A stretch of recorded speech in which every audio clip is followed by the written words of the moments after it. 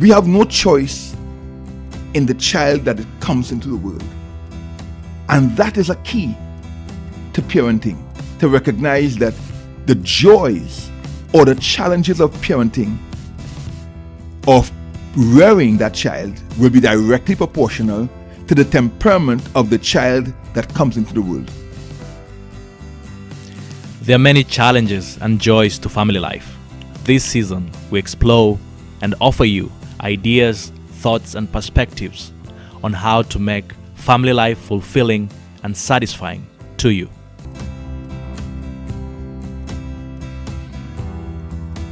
Unless the Lord builds a house, the work of the builders is wasted. Unless the Lord protects a city, building it with sentries will do no good. It is useless for you to work so hard from early morning until late at night, anxiously working for food to eat, for God gives rest to his loved ones. Children are a gift from the Lord. They are a reward from him. Psalms 127, verse 1 through 3. The task of child rearing, Pastor, is a very frustrating, disruptive, and even bewildering experience for a lot of parents, because more so even when you're getting your first child, it's really a strange place to build somebody from pretty much nothing into something. True. And the psalmist says children are a heritage or a blessing from the Lord. We shouldn't take that beyond what David probably meant when he says children are a heritage from the Lord, and say, well, every child that comes down the pike was a direct blessing from God. God decided, I would give you this child, I will give you this child. For Isaiah 65:23 even spoke about children who were born unto destruction, born unto distress. And we can't see God bringing a child into the world to be in distress and destruction. So what the psalmist is reminding us is family life and home life must be built around spirituality. That's why he says, unless the Lord watches, unless the Lord builds the house, unless the Lord keeps, we are working in vain. We all know of people who have worked hard to build a big house and have all the nice things in life, but their family life is down in the pits. Right. We all know of people who have done all their best and their children still go astray. So the psalmist is sort of telling us, at the end of the day, if we are not seeking spiritual values and having God's Holy Spirit with us, family life is difficult, and especially child rearing will become a very, very frustrating experience. And I'm hoping that today, at the end of this podcast, anyone who has listened who is a parent will have found some very meaningful tools to aid them in doing this very solemn job of being a parent. A parent. Yeah, so let's start out, Pastor, then by defining what parenting is. Parenting is that process by which we bear children and we rear children. There are two aspects to parenting: child bearing and child rearing. So you bring a child into the world and now you're going to train up that child, hopefully, in the way he should go. As Proverbs 22:6 says, train up a child the way he should go, and when he is old, he will not depart from it. We will come to that later on, but that is the goal of every parent, to train up a child, this child, in the way he should go. He or she. Or she, yes. And I should know better because I have two she's, in my family. Now, it is very rare that a man and a woman would get married and not hope eventually to have children. Yeah. It is very rare to see someone who, when a child passes by, a cute baby passes by, he or she doesn't feel a sort of tenderness and joy. I don't know, Joel, if you've ever seen a baby in the station or maybe in an airport or in a church and you find yourself just playing with that baby. Yeah, many times. What do you think happens to us when we see a baby? I think it's this experience of someone who is very present and engaged and really wanting to relate, that really connects you with the babies, because they don't seem to have any kind of facade and cover and pretense in them. They're trying to reach out regardless.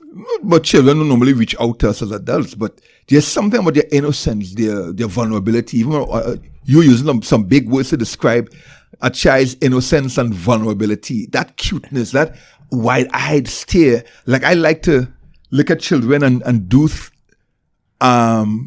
movements or mimic their movements to see if they are conscious. So if the child blinks, I will blink. If he raises up his hand, I raise up the corresponding hand. And you see the child begins to look at you, and I might put my hands, he puts his hands down, he looks to see if I will put my hand down, and then he raises it up and looks to see if I will raise it up. And it becomes a game. And it's just something in us to hold a baby, to see a baby, to kiss a baby, to hug a baby. So could you imagine a couple who gets married and find that 1, 2, 5, 10, 15 years pass by and there are no children?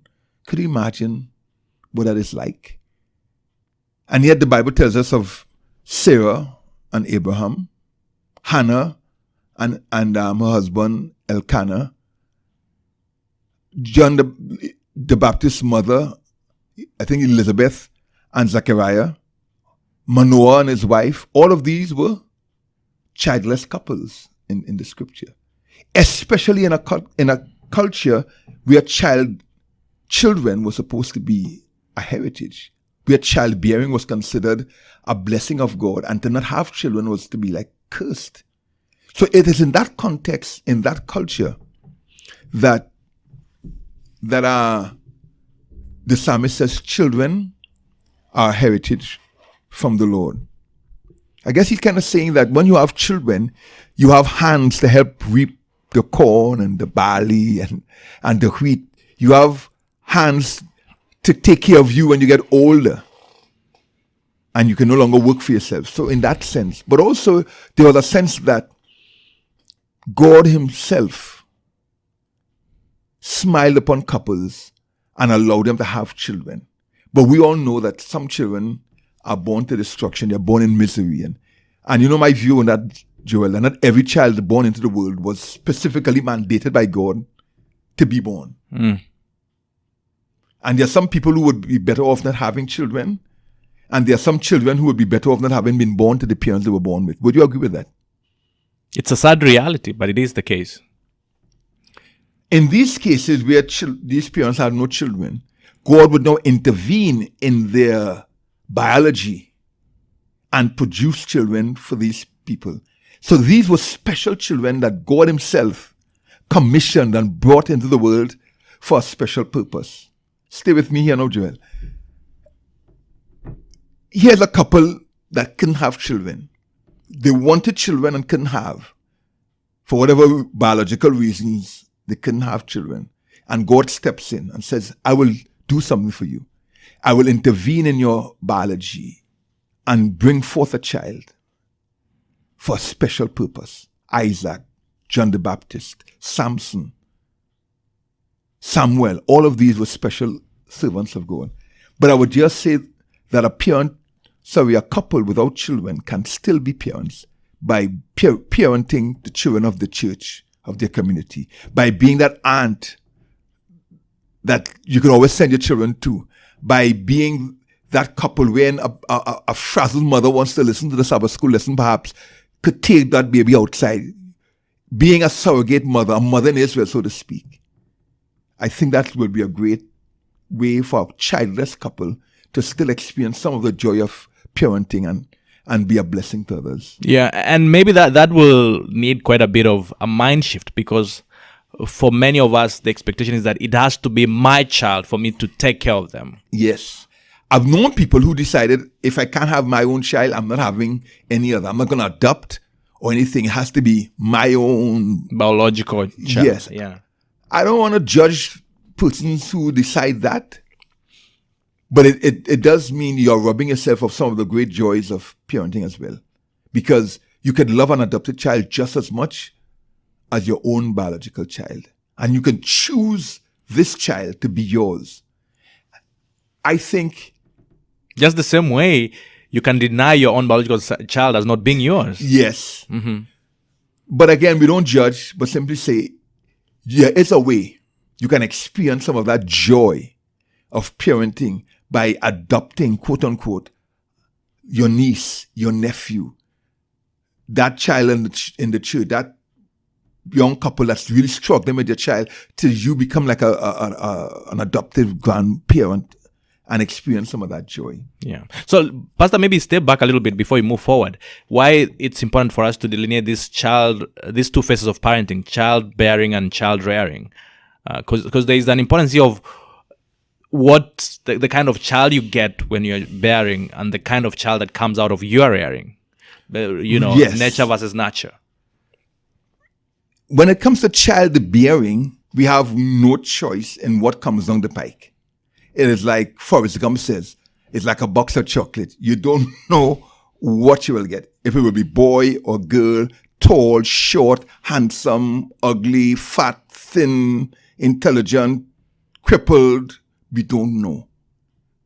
It is only after the child is formed and we get the ultrasound, and then when the baby is born, we look at this creature in our hand and say, wow, it's a pretty baby, or ooh, where did this come from?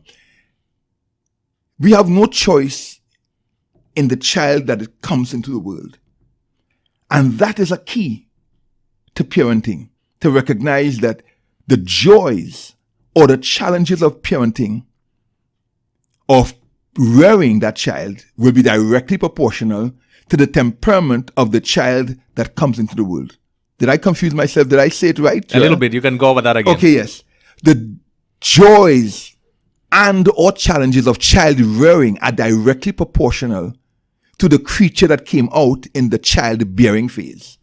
Meaning, some children are born very compliant, with a very sweet nature. They come out of the womb almost saying, how can I please you? How can I be the best child you ever had, mommy?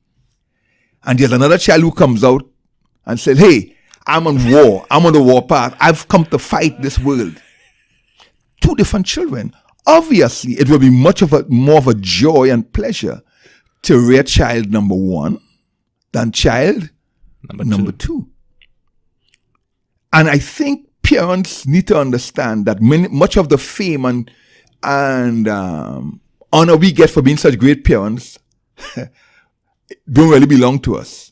You have 3 kids, so I'm sure you can speak to that authoritatively. Yes, I can speak very authoritatively on that. With 3 children, 3 different temperaments, 3 different levels of parenting that had to be exercised. And that is why a lot of time people say, oh, your son, oh, you're such a great parent. I say, no, I was just fortunate in that lotto. When the draw came, I got a good pick. And I have to thank God I have 3 wonderful children who have really fill our hearts with joy, but each one had their challenges. But then that does not take away the responsibility and role of a parent in shaping the child. Of course not. In fact, this is where having good, solid principles of parenting, of child rearing, becomes critical when you have that non-compliant, stubborn, self-willed child. That is when you really need to exercise the authority and the powers of child rearing, of being a parent. Because the other children, they almost raise themselves. You put that baby in the corner and she plays by herself with her doll, all happy and contented. And that other kid, from the time you turn your back, he's pulling something down, he's pushing something in some place, he's tearing up the home. And we have to recognize, therefore, that some parents really are run ragged by their children. And those of us who are blessed with compliant children, those of us who are blessed with gifted children, need to give those other parents a slack when we see them struggling, instead of looking at them as, why don't you train that child? Why don't you keep that child quiet? Some children, you really can't keep them quiet. They refuse to be quieted down. And it takes much more courage, etc. Which brings me to the issue of single parenting. What do you see, Joel, as some of the challenges of single parenting? I mean, one very clear challenge, of course, is missing a half of an aspect of parenting that is necessary for the wholesome upbringing of a child. One half of that is missing when you're parenting with one parent. So if I'm hearing you correctly, you're saying it is best when there are 2 parents involved in the child rearing. Yes. But not simply 2 parents, but 2 parents who are on the same page, wavelength, yeah. Who have decided together how we will train this child, how we will discipline, etc. Because it will be worse for a child to grow up in a home with two parents who are on different pages, who can't see eye to eye, that child is really in a sad situation. It would be better for that child to be with one parent. But if you have two parents supporting each other, it's beautiful. Because sometimes you don't have the energy. Sometimes you don't have the perspective. So the other parent could give that energy and give that perspective. And if you're all alone, it becomes really, really difficult. Single parenting is very difficult because, as you said, we are missing that support of the other parent. And the Bible speaks about some single parents. We have Hagar, a very famous single mother. Do you remember Hagar, Joel, and how she managed to be a single parent? Abraham's concubine. Right. How did she manage to be a single mother? It was difficult because she didn't want to be a single mother, but the circumstances forced her to have to do that. And these circumstances would have been, of course, the fact that when she became pregnant and Sarah began to feel, oh, look, I'm pregnant. And Sarah became very jealous and very unhinged and began to treat her so severely, she had to run away. As a single mother, she had to run away. And eventually God said, yes, send the slave child away. And the mom, send him away.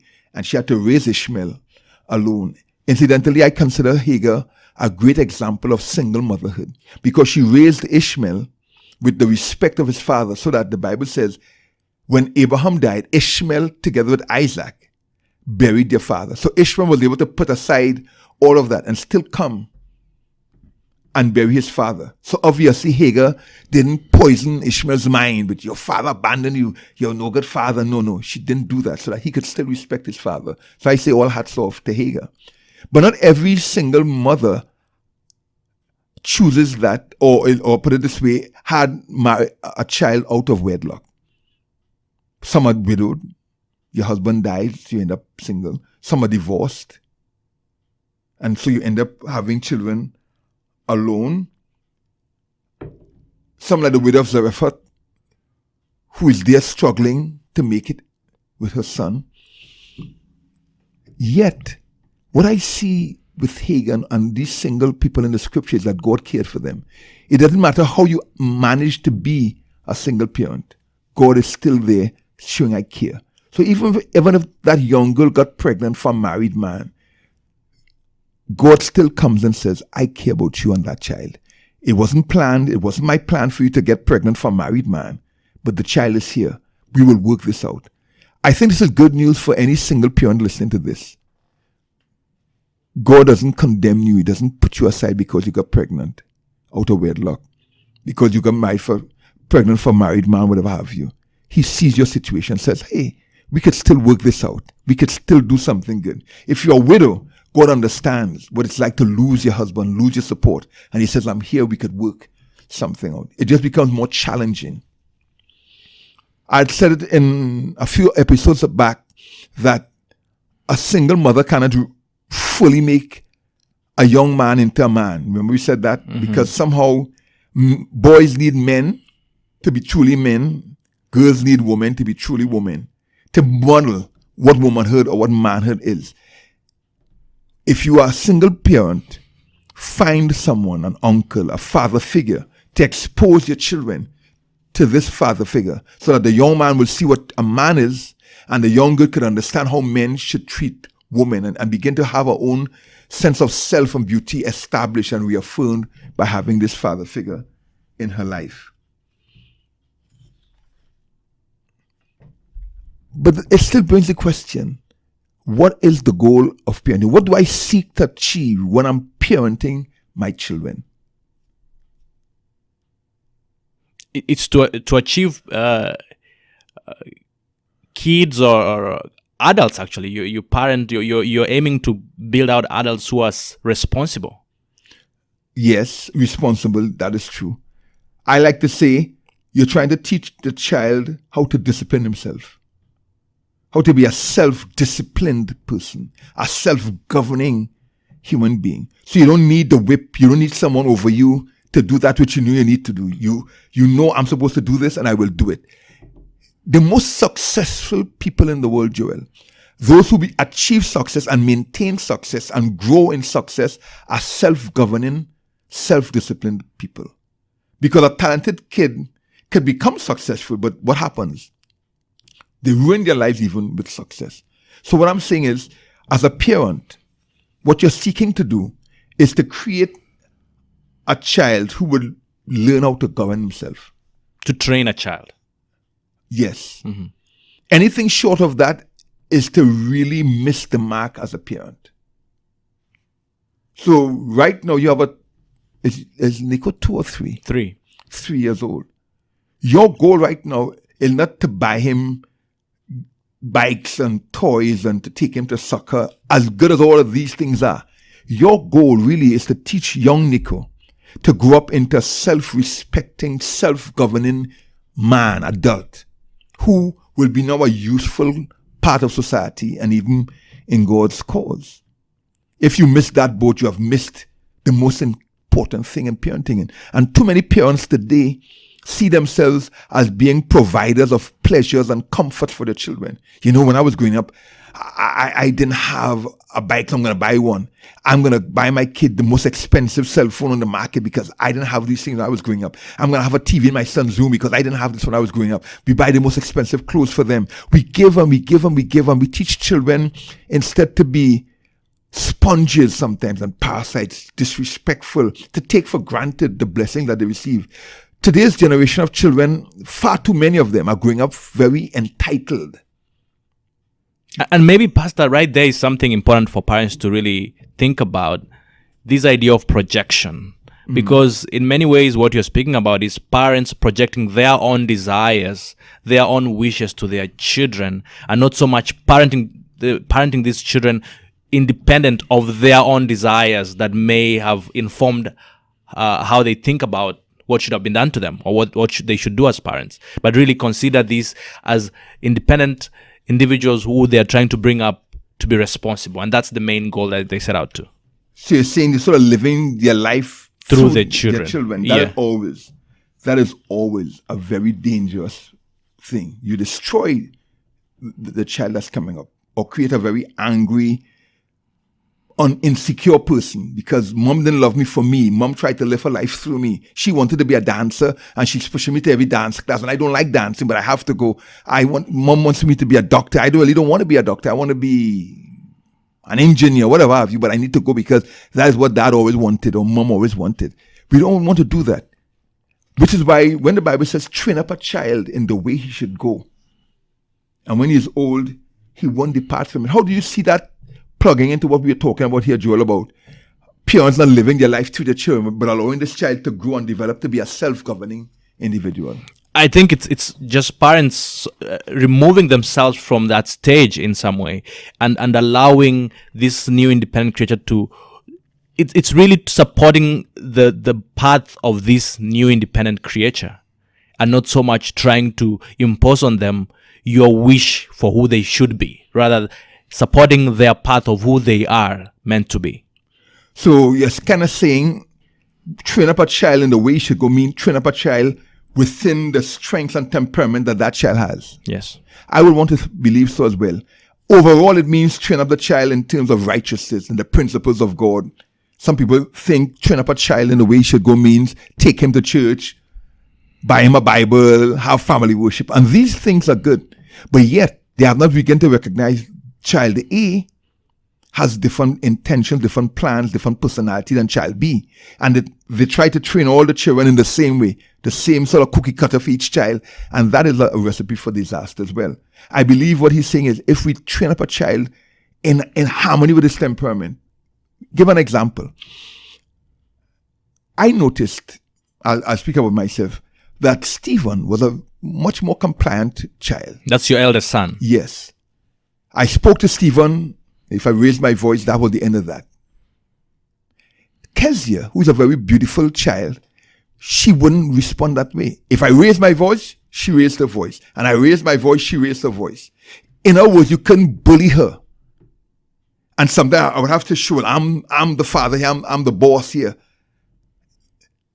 And then I realized I need to deal with Kezia differently.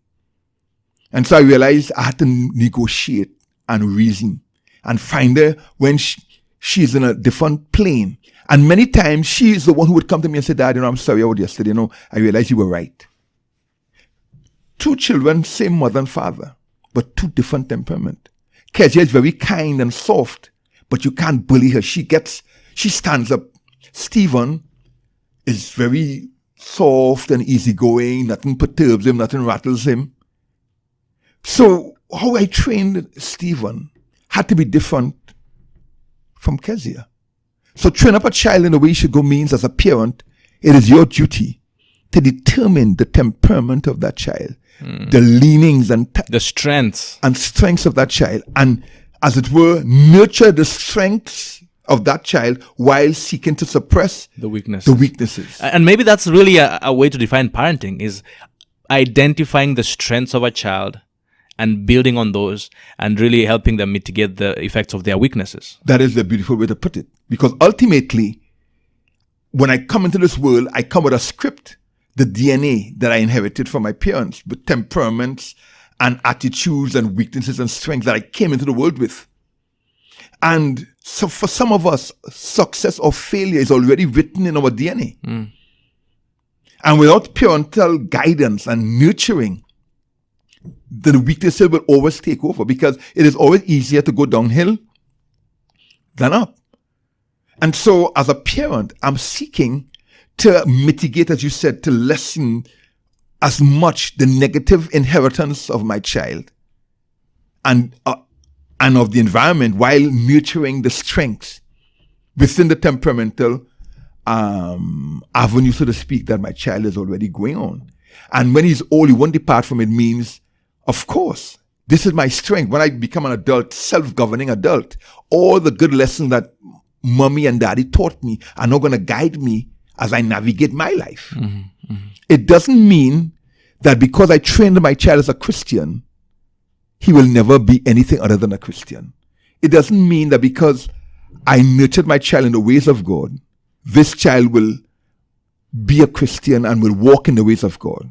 This Proverbs 22:6 is not a promise. It's an observation of a reality that the wise man saw.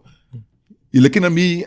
No, I'm agreeing with you, and I really think that is so. It's a reality that is evident in all these cases of parenting that we see, and I think, Pastor, the thing that is interesting, that even as I listen to you speak about parenting, I think that a very precise way we can even describe, we can give tips to parents about how they should go about it, is to become conscious and very studious of who their child is. That's part of parenting, because it seems to me, even as you speak about these things, you took time to understand your children.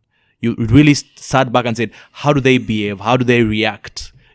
How do they move in the world? What are they inclined towards?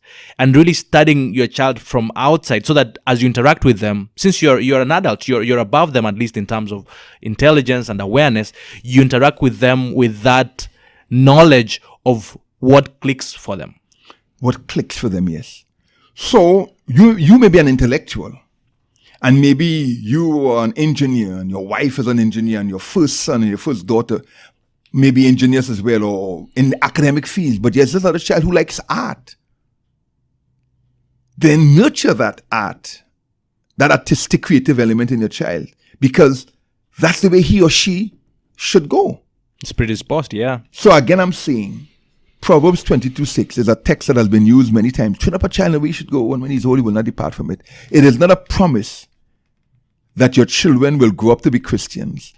And even if they stray, they will come back to be Christians and we will all meet in heaven. That is not a promise. It's an observation that parents who have trained their children in the pathway they should go, in their strengths and temperaments, and in the righteous principle of God, will have a much better possibility of having a child who grows up to be a well-adjusted human being, who may even continue to walk in those pathways of righteousness. But it is not a promise, for there are many children who have not followed on, because you can bring a child into the world. You can choose to treat your child well and train that child well, but it is still that child's responsibility to choose for himself if he will follow in the principles of righteousness, if he will follow in the principles of God. I remember Stephen was taking me horseback riding for Father's Day a few years ago. And while we were driving to the ranch, he said, Dad, what kind of father do you think you have been? Would you consider yourself to have been a good father? So I said, give me some time. Give me 10 more years. He said, but Dad, why do you need 10 more years? I said, well, I want to make sure, Sarah doesn't get pregnant for some guy, and that you don't end up on drugs and that Kezia doesn't do something crazy. And he said, why do you want to wait 10 years? Why are you subjecting yourself to our decision? I said, what do you mean? He said, Dad, you did a good job. You did your part. You prepared us for life. But we have to choose for ourselves. And we may choose. I may choose not to follow in your pathway. I may choose to find another pathway. That is on me. It's not on you. So release yourself from that burden. You have been a good father. You did what you had to do. You brought us to this point where we can choose for ourselves. Don't subject your sense of accomplishment of what you did to what we choose to do. And Joel, that was such a release for me. To hear my son say that gave me a sort of release. I was able to throw off that tension of let's see what he will do. Let's see, was I a good father? And we will always recognize that as parents we made mistakes, because no child comes with a manual that says, this is how you train Stephen, this is how you train Nico. No, we have to find our way, which is why we need to observe our children. That was such a beautiful thing for me that my son gave me, to know I don't have to subject myself to his decisions as an adult. And that's brilliant, because I don't think many sons are doing that, and it speaks volumes about the kind of son you brought up, Pastor. And for me, and I'm now reminded again of another definition of parenting that I mentioned a few episodes ago, which I think really works here, because I feel that what you're speaking to is knowing when to let go. Yes. Because parents also can be so invested and so wanting to control the situation that they overexert themselves to the detriment of their children. And so I'm thinking that parenting can be defined as the appropriate and timely intervention in the growth of a child. Beautiful. You put the appropriate and timely intervention in the growth, which is what we are doing. Literally, this is what we are doing. Knowing when to step at the side, when to pull back, knowing how to guide and nurture, but knowing eventually when to let go, as you said, of that training wheels and let the child ride that bike, so to speak. Yes. Which brings me to this point as we come winding down. There is nothing as a perfect parent. There is no perfect parent. I know there are people who talk about biblical parenting and stuff like that, but when I look in the Bible, I really don't see any perfect parent. Even the great men of God, Abraham, Samuel, David, don't talk about David. They messed up parenthood. They made mistakes. We are prone to mistakes.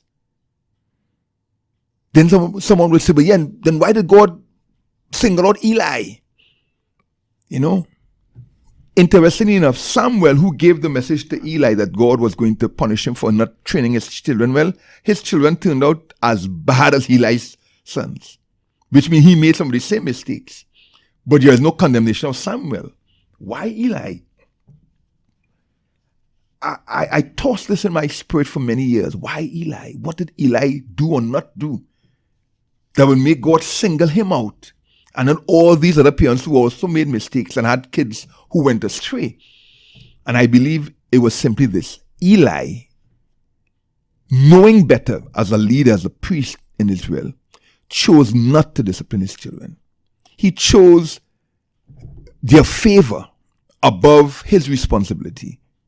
And that is why God condemns Eli. He's saying, Eli, you did not do your work as a parent. It's one thing to do your work and maybe mess up here and there, to make mistakes. It is one thing to do your work as a parent and your child goes astray. It's another thing to abscond. To be derelict in your duty as a parent. To see a child misbehaving and ignore it. To see a child nurturing selfishness and ignore it.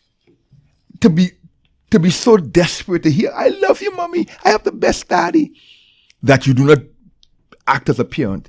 I tell parents, don't ever try to be a child's best friend. The day will come when that son will grow up and say, you, dad, and talk to you man to man. You could really be friends. But no parent should be the best friend of the teenage son or daughter. And I know there's a parent saying, you don't know my son or my daughter. I don't. And so forgive me if I'm jumping ahead in that sense. But what I am saying is this. when you need to be a parent, you cannot be a buddy. And maybe that is what Eli did. He tried to be a buddy, to hear that, I love you, Dad. Because I tell you, Joel, one of the most painful things is to look at in the eyes of your son or your daughter and see pain, see that they're disappointed in you, that the love is not flowing towards you. You could actually feel that dagger in your heart. It is at that point when a true parent stands up and says, no, you may hate me today. You may not like me today. You may wish you had every other person in the world as your parent but me. But you are my son. You are my daughter. And I will do what is best for you. The day will come when you will appreciate it. Or maybe you never will. But at least I will know I did the best. I did right by you. I did right by you. Let me finish with this quote from the great Ellen G. White. Parents, you should commence your first lesson of discipline when your children are babes in your arms. You heard that? Mm-hmm. Most parents don't start then. Most parents think when the child reaches 5, 6, 7 and they're in school, you're late. You're late.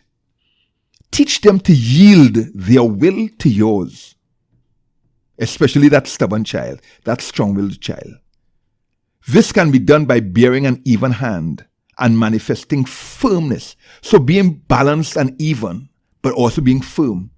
Parents should have perfect control over their own attitudes. You cannot parent a child until you parent yourself. And with mildness and yet firmness, bend the will of the child until it shall expect nothing else but to yield to their parents' wishes. Mild but firm, bend that will. Parents do not commence in season to train their children. She's saying, we wait till too late. We don't commence at the best time when they're still a babe. The first manifestation of temper is not subdued, and the children grow stubborn, which increases with their growth and strengthens with time. That comes from Testimonies for the Church, Volume 1, page 218. She's saying, and I agree 100%, we wait far too long to begin that training. We allow that temper, that stubbornness to manifest itself, and we laugh. Oh, it's so cute. At 2 years, it's cute. At 6 years, it's irritating. At 10 years, it's alarming. At 16 years, it's dangerous. And she's saying, for that first temper, that first stubbornness, we need to begin to mold and control and bend that child towards obedience and self-discipline. If we don't do that when the child is small and totally under control, how will we do it when that child is as tall as you are, as muscular as you are? Impossible.